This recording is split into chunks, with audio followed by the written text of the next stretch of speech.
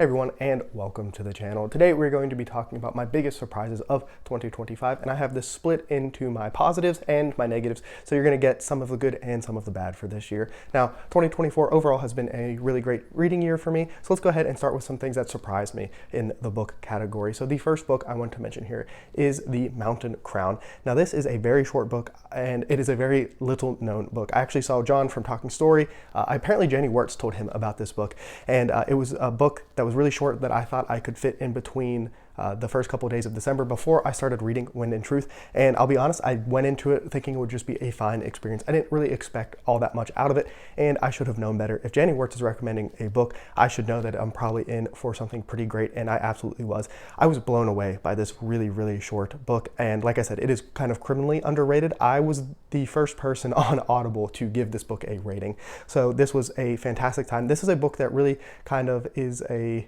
book that at first I think you could look at it as a very shallow kind of thing, and it turns into something much deeper. We follow our main character who's going back to her homeland after it has kind of been conquered, and her people have been either pushed out or have left voluntarily, and there are dragons in here, and that's kind of what the basic story revolves around. But this is a really deep story. It goes over some like really deep themes, and I really just was not expecting it, and now the second book is one of my most anticipated books of 2025. And like I said, this book is pretty short, and this book does what so many books wish they could do in the 800 pages they use, and like I don't even know how long it was. It was like a 3-hour-long audiobook.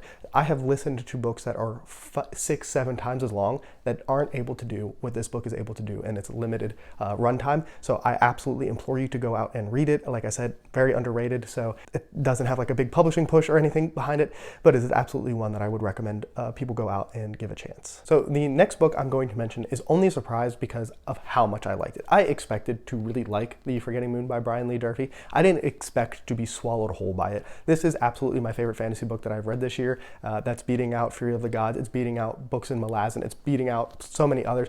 Technically, Wind and Truth I'm still in the middle of, so maybe Wind and Truth will end up topping this. But as of right now, The Forgetting Moon by Brian Lee Durfee is my absolute favorite fantasy book that I have read this year. It is just kind of a kick-ass, heavy metal fantasy book.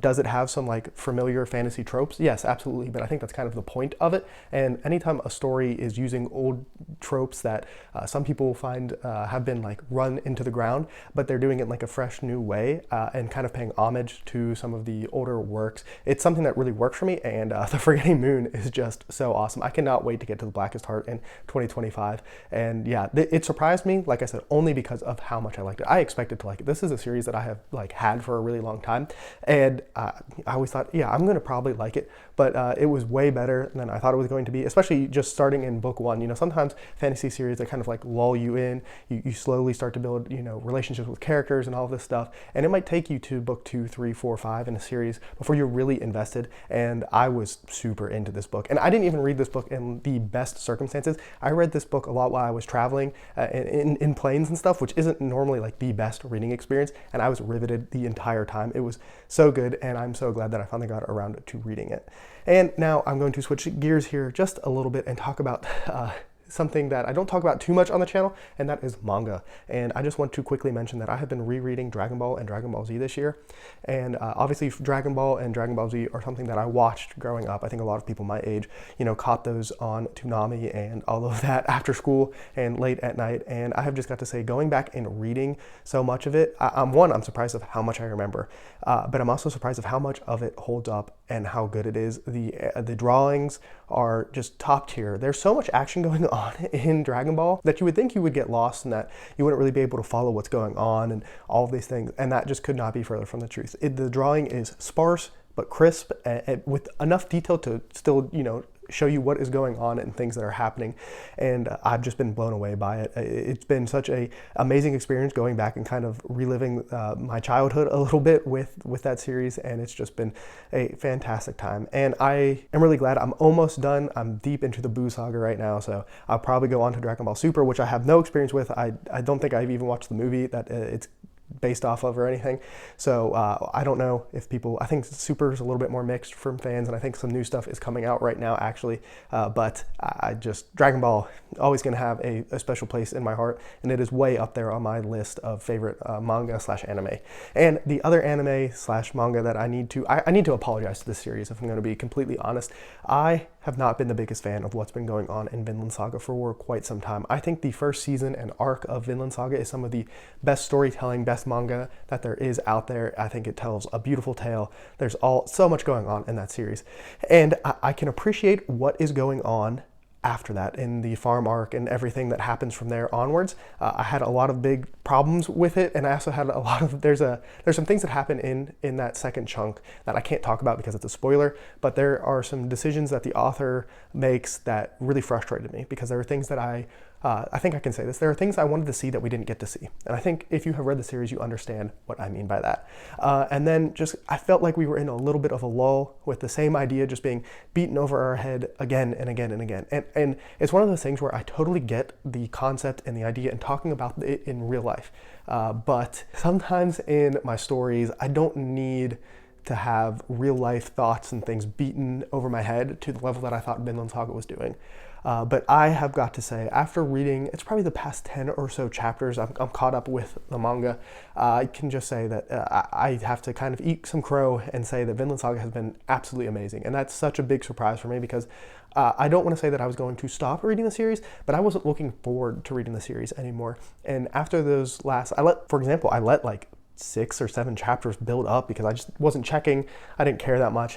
And I read those chapters and I'm all in. I cannot wait for the next chapter. I know it's going to be ending very soon, and so maybe we're just kind of getting to that place where I can feel it, the tension building and everything happening. But Vinland Saga, just absolutely fantastic, and I just really have got to eat some crow, because I like I said, was getting ready to kind of write it off. I talked about it as one of the greats, and I didn't think it was really holding that spot. And I think if this ending can land the way I think it's going to completely blow my mind and just be a fantastic end to the series, and I'm going to be sad that it's gone instead of just kind of wanting it to be over. So now let's go ahead and talk about some authors who were a great surprise for me this year, and this year has kind of been dominated by this first person, and that is Stephen King. Now, I was not new to King this year. I had read It about 2 years ago, and I had a really good time with it. I really liked it, but it didn't like blow me away. There's a lot that goes on in that book, and while I thought, like I said, it was really good, it just didn't make me want to read any more of King. I didn't like have that itch to go. And then this year, I just kind of on a whim decided, it's time, let's read a couple of Stephen King books here and there. And pretty much every single one that I read, and I read quite a few, I think it was 5 or 6 this year, man, every single one of them was so good. Some of my favorite books I've ever read are now Stephen King books. And if you had told me that at the start of this year, I probably wouldn't have believed you, and I definitely would not have believed you of which ones are my favorite, which you'll have to check out my top 10 books coming here later in the month to see that. But yeah, King, absolutely a revelation. I want to read pretty much, I kind of want to read everything he's written now at this point. I'm just completely bought in, and I am slightly worried that I've kind of read like what a lot of people consider the best of his best. But I think there's just a deeper thing with the way that King writes that is just something I connect with deeply. And some of the common complaints that people have, even amongst King's, what they consider his best works, are not really complaints that I have. And so I'm really looking forward to more of King. And yeah, if you had told me that he would be in my top probably 5 favorite authors at this point, at the start of 2024, I would have thought that there's absolutely no way that was going to happen. I thought he was just going to kind of be an author that I had a steady good time with, but I have just really fallen in love with the way he writes, the way he tells stories, what stories he's telling, and so many different things. And I obviously he's written such a wide variety of books that like I can totally see why if you pick the wrong selection that maybe you won't connect with him like the way I have. But fortunately for me, I read just some amazing stuff by him, and I'm so glad that I did. He really made this reading year for me. If I had to like pick one thing that I think solidified this year for me, it would absolutely be my journey with King, which is just an awesome thing. And then next up is going to be Cixin Liu. So Cixin Liu, I for the longest time said he was my favorite author, and I really only said that after reading 3 books by him, which are The Three-Body Problem, The Dark Forest, and Death's End, and one other book called Ball Lightning. And so those were 4 books. I think most people know him for the Remembrance of Earth Past trilogy, and I kind of just defaulted to him to being my favorite author because those are some of my favorite books. Death's End is my favorite book of all time. And so this year I was like, okay, I need to go out and read just a little bit more and see, is it the one trilogy that I'm really in love with, or is it the way he tells stories, kind of like how I felt about Stephen King, right?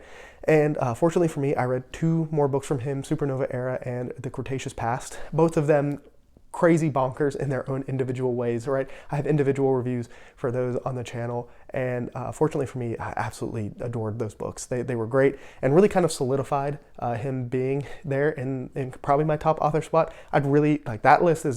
I'm normally good at making lists for stuff because I just rank things all the time. My favorite authors is one that is more difficult, but Cixin Liu is definitely top 3. I don't like, it's really, he's probably number 1. But this year kind of confirmed that, and I was kind of surprised because if you read the premise of those 2 books, you're going to read them, especially the Cretaceous Past, you're going to read that and just, it's such a strange thing. He's not an author that I would recommend to everybody, right? He is a very niche author who does not care about characters. Character work is not something that you're going to go into these books and like feel really connected with, or they're going to be like overly complex. They're flat. They're there to serve a purpose, and this purpose is normally a scientific idea that is being pushed forward, right? Like the Cretaceous Past doesn't even have character names. And so, like I said, he's not somebody I would recommend to everybody, but for whatever reason, the way he writes is kind of like just perfect for me. I haven't read anything by him yet that I'm like, ugh.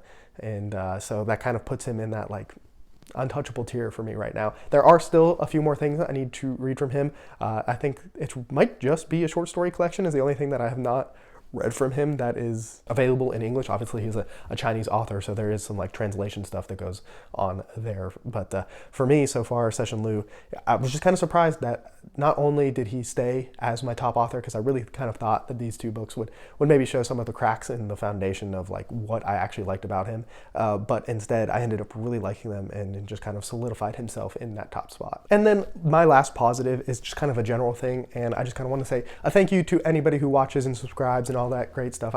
I'm not somebody who I think says that enough, but I really do appreciate everybody who comments. I read and respond to everything anybody asks me. I absolutely love getting to talk with people, and I'm just so surprised with how far the channel has come this year. I still think that I have a long way to go to improve how I make videos, what I make videos about, and all of that, but I did just want to say a quick thank you, and I'm very surprised how far the channel has come this year, but I am very thankful for it. Now let's go ahead and, after that nice little bit of happiness, talk about some of the negatives for me this year. And I tried to make this not just a list of some of my least favorite books this year, but unfortunately for me, since I pick everything that I read, I don't go in picking things that I don't think I'm going to like to read. I go in thinking I'm going to like everything. So this turned into, especially for the books section here, it turned into a little bit of these are kind of my least favorite reads of the year, which, you know, that's fine. But there are some other things in this category as well. So let's go ahead and talk about the books. And the first book is actually a book that I liked. I had a good time with. I feel like I need to be very clear on that because it is in the negative section of a video, right? But for me, The Fury of the Gods was a letdown, I guess, mostly because I expected it to be like a top 5 book of this year, and instead it's somewhere in the middle of the pack. I still really liked it. It's really good. I think if you are watching this, you should read The Shadow of the Gods, The Hunger of the Gods, and The Fury of the Gods by John Gwynne. Like that's kind of where I am on it. And so this is just kind of one of those things where expectations are just there to let you down, right? If you build something up and it delivers what it wanted to deliver, I mean, that's on you. And that is something I have said about this book. Just because I just liked this book, I think this is one of those examples of a book where an author does exactly what they want to do and executes it exactly how they wanted to execute it, which makes The Fury of the Gods a very interesting read, right? Because the whole time I was reading it, and like I said, I enjoyed it, I could see that what was happening was like masterly crafted. And that's always an interesting thing when sometimes you just miss, right? You and the author just kind of miss on expectations or like what you want from something. And that's kind of what really happened here, right? Because this is still a good book. And I think for the people who this clicks with, this is going to be like a favorite for them, right? This is going to be super high up a lot of people's lists who it just, that intersection happened, right? And unfortunately for me, in this book, we were just more on a parallel kind of field, right? So we never got that cross section to be, a super best, one of the best books I've ever read kind of thing, right? Which is fine because there are going to be other people out there who absolutely love this book, and I'm absolutely going to continue reading things that John Gwynne has written. The Hunger of the Gods I really enjoyed that book. Like that book's way up there for me, and so that's kind of why my expectations got built so much for The Fury of the Gods. So while it's in the negative section of this video, it's not a negative feeling about the book. It's just kind of showing the gap between expectations and reality. So obviously I liked The Fury of the Gods. Now the next 3 books I'm going to talk about are books that I did not have a good time time with, and I'm totally open to admitting that maybe I didn't get something, maybe it's probably a me thing, because especially the first two I know are books that a lot of other people really like. And so the first two are going to be Blind Sight by Peter Watts. I know a lot of people really like this book, and I think this was one of those things where the scientific idea that kind of gets explored here with Blind Sight is just one that I just did not care about. The idea of being cognitive and like what is consciousness and like intelligence and all of these things, unfortunately it just isn't an idea that excites me, and I think that is what hurt me the most with this book, because I felt like it was so integral to so much of the story. Now, a lot of things happen in Blind Sight, and I think maybe another part of the reason why it didn't work so well for me is the way it was sold to me is that this is a first contact story. And I guess when I think of first contact, I think of something completely different than what actually happens here. So this is just kind of another one of those examples where my expectations and the reality of the book did not really meet in any meaningful way, which is fine. I do have some other problems with this book, and like I said, maybe it's a me thing. That's totally possible, and that's kind of how I feel the same way with Roadside Picnic. This is another one, and maybe it's because I struggle with Russian authors. I have read other Russian work that just doesn't click with me the way it probably should, and so I'm more than open to admitting that maybe there's something getting lost in translation, or there's just a way that storytelling from Russian authors has hit me. But I thought I did not have a good time with Roadside Picnic. It's probably one of my least favorite things I've ever read. I just found it to be strange, didn't like the character. I think the central idea of like, I don't think this is a spoiler to even say, I think it's in like the back of the book, is that like alien life came here, saw Earth, and left before anything. Like we were so insignificant to them that they didn't even bother interacting with us, right? That idea, I think, is pretty cool. I think there is a lot to explore there. I just think the way it was explored here just did not work for me. Maybe it was the characters. I don't really know. I just know that I really did not like this book. I didn't hate it. I just really didn't like it, right? And I know that this is a book that works for a lot of other people, but it surprised me. Both of these surprised me because they're talked about very highly. They're scientific things. I like most sci-fi, so they just really surprised me that they ended up so far down my list, and just some bummers for me this year. And then the last one is a really recent read, and it is by somebody else who I would qualify and put into my list as like top 10 favorite authors, and that is The Answer is No by Fredrik Backman. I had a pretty miserable time with me. This is so not a me book, right? And I think maybe, I don't know, even if I did a little bit more research, this is like a 1 hour long like short story, right? This is not a long book. But I didn't think Backman could write something that I didn't like, right? I have read other of his short stuff and really liked it, right? So I kind of went in expecting to really enjoy this. This was another one that I read in between the gap from my last read in November to the start of my read of Wind and Truth. And so I was super excited. I hadn't read Backman in a while. And yeah, there's so much I didn't like about this book. I did not like that there's like a worldview that is portrayed in this book, and just kind of like a way that certain people in life kind of think about things that I just very much did not connect with. I think there were supposed to be things that were funny, and it was just, it almost felt like one of those dry British humor, like whiny, zany Hitchhiker's Guide to the Galaxy kind of books, but the humor wise, but it just did not work for me.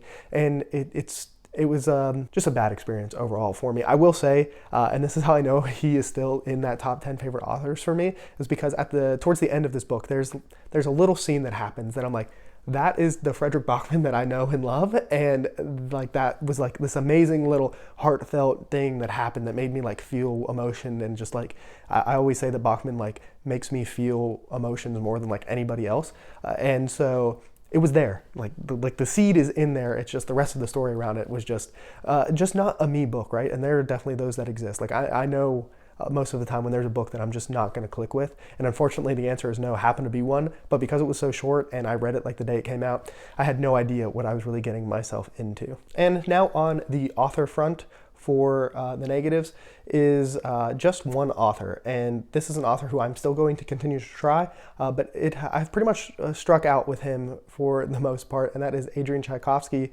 I think part of it is I've really only read some of his shorter stuff, so I haven't really got to experience like the full breadth of what he can do in a full novel. And so maybe next year will be a year that I go in. It's kind of hard for me to like dedicate time to an author who I have struck out with. I think this is the third book I've read by him, where I'm just like, I just don't get what all the hype is about, right? And I'm totally accepting that that's probably on me from some of the choices that I picked from him. Elder Race was the one I read this year, and it's just one of the ones. It didn't work for me. And so I would love suggestions for what I should read from him, because I know so many people like him as an author, and I'm in the minority, and he writes so much that like King, he has written so much that there's got to be stuff that I like in there, right? There's no way that he writes so much and has such a fan base that I can't find at least one thing that I really like from him. And then just some like little general negatives that I kind of noticed. But most of these happened in the back half of the year. And the first one being my library usage dropped off the face of the planet somewhere in summer.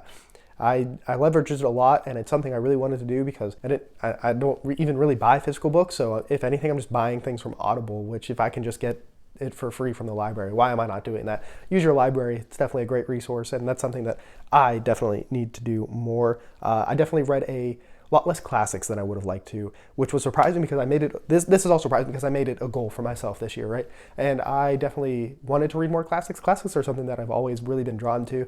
I thought maybe I'd get back to Hemingway this year. That didn't happen. I thought I would read maybe some Dickens this year. That didn't happen. So, those are just some little things where it's like I prioritized other stuff, which is fine. It just was surprising to me because those are definitely like some reads that I really like. And then my last one is my lack of reading outside of like the US UK bubble is what I call it. I definitely want to be better about this, and maybe I just need to be more deliberate with it when I'm planning my TBR, and maybe make sure that there's an author every other month, maybe at least, where they are outside of that US UK bubble, right? It's very easy for us to kind of stay there because we're English speaking, right? So like obviously books that are published in English are like that bubble exists for a reason, right? So I would definitely like to continue and do maybe a more like thoughtful effort of reading outside of the US. But that is kind of my positive and negatives. Actually, one other positive, speaking of reading outside of the US, I did read like 28 new authors this year. So this is a positive that we're going back into here. But we can end the video with a positive thought, right? And how many graphic novels I read. I read 3, which isn't a whole lot, but that is something that I wanted to do. So between, here we get a nice little positive at the end again between like 28 new authors. That over 50% of the stuff I read this year was from somebody I hadn't read before, which is awesome. And then I read 3 really good graphic novels this year. So yeah, that the fun little positives to end the video here. But definitely let me know your surprises down below in the comments. I'd love to see if there was any like author or book that really surprised you, positive or negatively. If you had anything like that, I'd love to hear it in the comments down below. But that's all for me. And remember, read what you want when you want.